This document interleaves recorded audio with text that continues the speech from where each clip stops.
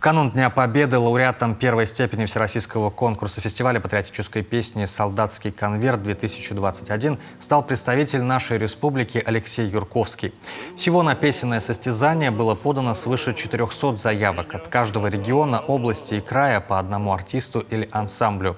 Наш вокалист вошел в число 26 финалистов очного этапа и накануне исполнил свою песню на концерте. Это баллада о мальчике. Трогательная композиция о том, как автор увидел на проплывающей мимо льдине сначала крест, а после разглядел на ней тело погибшего ребенка. Война уносила жизни не только солдат. В моей душе покоя больше нету, всегда везде